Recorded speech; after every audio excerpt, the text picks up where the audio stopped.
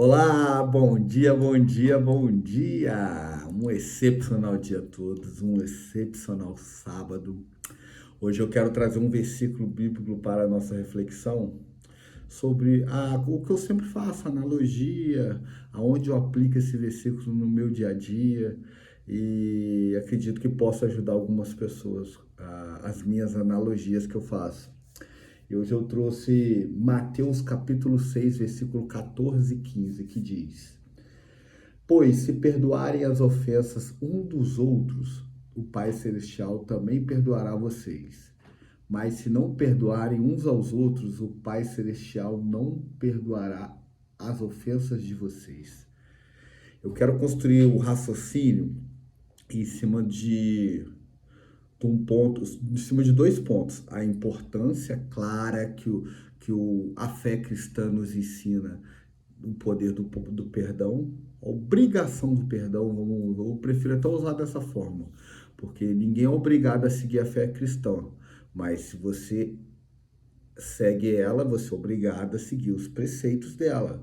Então, e o outro ponto o porquê a gente tem dificuldade de perdoar. Baseado em ensinamentos da neurociência, psicologia, e eu vou construir o raciocínio em cima disso. Vamos lá primeiro para o porquê a gente não perdoa. Quando a gente não perdoa, obviamente. Se você perdoa, parabéns.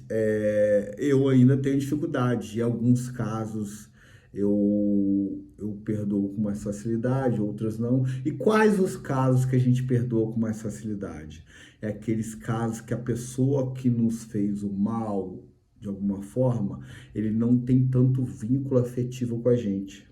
Porque quanto mais próxima a pessoa é da gente, mais ofendido a gente fica, mais ressentido, porque é fácil perdoar alguém que está longe, mas aquela pessoa que é próxima, aquela que você menos esperava, é a que mais dói, é a que a gente mais tem dificuldade, que é a que a gente muitas das vezes esperava a proteção, o apoio, é aquela que nos apunhalou pelas costas. E um dos perdões ou perdões, não sei qual a palavra correta, mais difícil de lidar é com um pai, uma mãe, que é aquele que a gente tem em alta conta ali, que mais deveria nos proteger, nos apoiar, nos endossar de alguma forma, quando acontece a traição de alguma forma ou algo que eles façam que a gente não respeita, a atitude é uma dificuldade muito maior de se perdoar. Vide o meu caso com meu pai.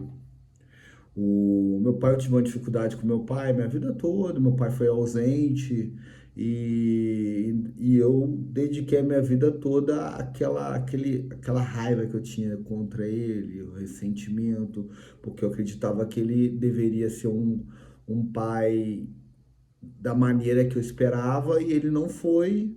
Foi um pai bastante ausente e tudo que me aconteceu de ruim eu culpei a ele porque eu justificava até os erros que não tinha nada a ver com a falta de paternidade, por exemplo, o uso de droga, até tem a ligação, mas não direta. A toda pessoa que o pai não é presente, ela usa droga? Não. Então eu tenho a minha responsabilidade sobre isso. E eu colocava toda a culpa nele. E quando que eu me libertei disso? Tem um versículo que Paulo fala em alguma das cartas que ele escreve para as igrejas que ele fundou, que, se eu não me engano, foi Paulo mesmo, que ele fala que tudo que é exposto à luz vira luz. O que ele quis dizer com isso? A verdade te liberta. Jesus também falou isso. A verdade, conhecereis a verdade vos libertará. Quando você começa a ter uma consciência do que as pessoas, elas são como elas são, e a maioria dos casos ela não quer te fazer um mal. Ela só quer se beneficiar do que ela acha que é o melhor para ela. Igual o caso do meu pai. Quando eu fiz um inventário moral de mim mesmo, eu fui entender que, assim, primeiro, meu pai, ele não tinha condições de me dar o que eu queria. Porque ele não teve e não se esforçou para aprender a dar aquilo. Porque eu sou contra um ditado que se diz por aí, que você não pode dar o que você não teve. Eu discordo, porque eu não tive pai, eu me considero um bom pai e me esforço para ser cada vez melhor. Então eu não acredito nessa fala, eu acho que ela é totalmente sem fundamento. Uma pessoa que não teve amor, ela não vai dar amor? No geral, pode até acontecer isso, mas existe não vou nem dizer exceção, existe uma boa parte que consegue dar o que não teve, mas ela foi buscar de outras formas, ela não teve referência para com ela, mas ela buscou, que é o meu caso. Mas vamos continuar o raciocínio aqui. Então, quando eu consegui me libertar dessa raiva, desse rancor, desse ressentimento, foi quando eu percebi que o meu pai também teve uma vida muito difícil, apanhava de cabo de enxada, era considerado assim o ovelha negra da família, também ele fazia por onde, obviamente, saiu de casa cedo, viveu pelo mundo afora aí, então ele ele não tinha muita estrutura, não tinha muita maturidade paterna para exercer o que eu esperava que todo pai deveria exercer. Aí isso considera que ele é uma má pessoa? Não necessariamente. Aí quando eu fiz esse inventário, eu fui perceber que, poxa, ele deu o melhor que ele podia. E eu também cheguei à conclusão que o de mais valioso ele me deu, foi a minha vida, o resto é comigo. Porque se ele não tivesse dado a minha vida, através lá da relação com a minha mãe, eu não estaria aqui podendo me melhorar, me trabalhar, evoluir, ter a dádiva de estar aqui vivo. Por exemplo, eu olho para as coisas que eu tenho de mais importante, que é os meus filhos. Ué, se meu pai não tivesse me feito lá, eu não teria meus filhos. Então, peraí, não faz sentido. Aí depois eu fui aprender a questão da honra, mas eu consegui, antes que o meu pai falecesse, eu consegui me reconciliar com ele, perdoá-lo verdadeiramente. O que eu quis dizer com isso? O perdão mais difícil que existe é daqueles que a gente mais estima proteção, carinho de alguma forma, que é pai, mãe. Só que existe outras searas, que é marido, mulher, filhos, irmãos. Então, o porquê que a gente tende a não perdoar? É porque a gente se baseia numa expectativa e quer exigir que o outro atenda essa expectativa. Isso é psicologia, neurociência explica. O quê? Por exemplo, eu vou citar o caso do meu pai, vou utilizar ele como exemplo. Eu estipulei que eu tinha que ter um pai presente, que me levasse para jogar um futebol, me levasse isso no colégio, em reuniões, essas coisas assim que todo pai normal, presente, pratica. Sim. Isso é legítimo que eu almejava? Sim. Mas a pessoa pode entregar aquilo? Isso é um ponto. Ela quer entregar aquilo? Segundo ponto. E o terceiro que me fugiu aqui agora, que é o que? Ela tem o direito, agora eu lembrei, ela tem o direito de não querer fazer isso.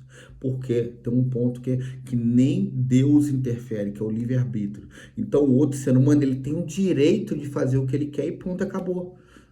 Aí, qual o problema de quê? É você ter criado a expectativa. Normalmente a gente tem que lidar com a realidade. Ah, meu pai é ausente, pronto, acabou. Eu não tenho que ficar alimentando um ódio dele, esperando que ele supra a minha necessidade ou a minha expectativa.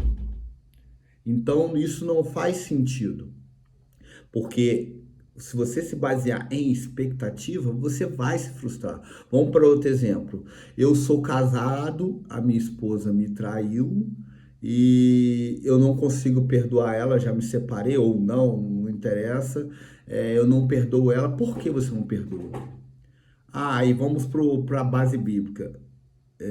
Atira a primeira pedra quem nunca cometeu um pecado. Se você já cometeu pecado, então como que você não vai apedrejar outra pessoa? Isso é um ponto. Segundo, ela tem o direito de fazer o que ela quer? Tem, ela é livre, ela tem um livre-arbítrio. Aí se você não... Aí beleza, mas ela te traiu, você já separou? Então acabou o problema. Por que você remoe aquilo? Porque você não aceita que ela exerceu o livre-arbítrio dela. Isso faz sentido? Não faz. Isso é o quê? É você alimentar um sofrimento dentro de si que não vai te trazer nada. Isso vai mudar o que aconteceu? Não. Então, o que eu estou tentando trazer de exemplos aqui? É, muita parte do nosso sofrimento, uma coisa é a dor, outra coisa é o sofrimento. A dor é inevitável, o sofrimento é opcional. Então, a dor de você ter sido traído ou de ter tido um pai ausente, ela é inevitável. Mas o sofrimento é opcional, você escolhe, porque você quer reforçar aquela expectativa que você criou no outro. Ah, aquela pessoa do meu trabalho, ela é insuportável. Ah, por que ela é insuportável? Ah, porque ela deveria fazer assim, assim, assado. Então você sabe o que é melhor para a vida do outro, você quer interferir no livre-arbítrio do outro. Isso não faz sentido. Ah, mas ele deveria ser assim. Não, ele deveria ser, você acha que ele deve atender a sua expectativa, mas voltando, ela tem um livre-arbítrio, aquele seu colega de trabalho, ele tem um direito. Ah, mas ele me irrita. Não, é você que se irrita com a sua expectativa, porque está baseado na sua expectativa, não está baseado exatamente no que ele fez. Então, voltando a esses exemplos aqui. Então, a nossa dificuldade de perdoar, ela se encontra nas expectativas que a gente cria perante o outro. A expectativa que a gente achar que a gente sabe o que seria melhor para aquela pessoa fazer, mesmo que a nossa opinião seja a melhor mesmo. Mas não importa, ela tem o direito de fazer o que ela quer, ela tem o direito de fazer diferente, ela tem o livre-arbítrio. E o julgamento. Eu julgo que aquela pessoa está errada, mas você julga baseado na sua expectativa. Tem casos que a pessoa nem está errada. Não é nenhum desses casos que eu citei aqui. Não, por exemplo, do trabalho pode ser. Às vezes você julga que ela está errada, mas ela está exercendo a função dela. Você acha que ela está de implicância pegando no seu pé. Mas o sofrimento está baseado na expectativa. E vamos lá. Eu nem tinha pensado em citar isso, mas eu vou citar um estudo que fala sobre os 3 níveis de expectativa. O que é plausível e as outras duas. Uma não é saudável e a outra fugiu a palavra que eu queria usar. Ela fugiu. Insana. Não é insana não, mas serve. O nível 1 é a expectativa de você para consigo mesmo. Eu quero emagrecer, então está nas suas mãos. Uma expectativa que está nas suas mãos só depende de você. Essa é a expectativa nível 1. A expectativa nível 2 é de você para alguma pessoa que você tem influência. A sua esposa, o seu esposo, o seu marido, já citei mais esposa, a sua mãe, o seu filho, é uma pessoa que você tem influência. Ela não é muito saudável, mas você pode ter alguma influência ali e ser positiva. Mas a terceira é aquela que com a pessoa que você nem tem influência. Um prefeito, um presidente, um cantor, outra coisa. São expectativas que não vão te trazer benefício nenhum, só vai te trazer sofrimento. A de terceiro nível. A de segundo, aí é que está o problema das nossas mágoas. A nossa falta de perdão, ela está no nível 2, que é a expectativa que a gente cria para o outro. Ah, eu tô magoado com a minha mãe, que a minha mãe não fez o que eu achei que era certo, mesmo que o que ela tenha feito seja errado, mas não julgueis para não ser julgado. Aí vem, perdoa. Quantas vezes eu devo perdoar meu irmão se ele errar comigo? 70 vezes 7. Então, assim, se a gente decide realmente ser cristão, a gente precisa levar mais a sério os princípios cristãos. Porque, assim, não é fácil. Eu falo assim, eu sigo 100%, eu consigo, mas não. Eu estou aqui estudando, procurando colocar em prática, trazendo para vocês analogias do dia a dia, onde que eu emprego isso no meu dia a dia. Volta aqui, pois, se perdoares a ofensa dos outros, o Pai Celestial também te perdoará. Mas se você não perdoar dos outros, o Pai Celestial também não te perdoará. Aí eu trago exemplos da prática desse perdão. Aí por que foi usada essa linguagem? Isso foi 2000 anos atrás. Ah, por que o Pai não te perdoará? Porque, vamos usar um exemplo, uma didática aqui mais atual. A gente pega a física quântica, ela faz um estudo que tudo é onda. Todo pensamento emite uma onda. Então, toda vez que você não perdoa, emite uma energia negativa para aquela pessoa, um ressentimento, uma mágoa, uma raiva, aquilo vai para o universo e volta para você. A gente é como se fosse uma antena de rádio, tudo que vai e volta. Então, se você emite o não perdão volta para você. Então, a ciência, através da física quântica, prova que isso é verdade. Se você não perdoar, o pai não te perdoa. Por que o pai não te perdoa? Porque o pai está em tudo, ele é onipresente, ele está na energia que você manda, na energia que volta, ele está, só que ele não faz, essa energia foi uma cocriação sua. Ah, mas como assim Deus está numa energia negativa? Ele está em tudo. Ele só não se manifesta em tudo. Ah, Deus está lá no prostíbulo? Ele está, ele não é onipresente? Ou então ele não é onipresente, só que ele não se manifesta lá.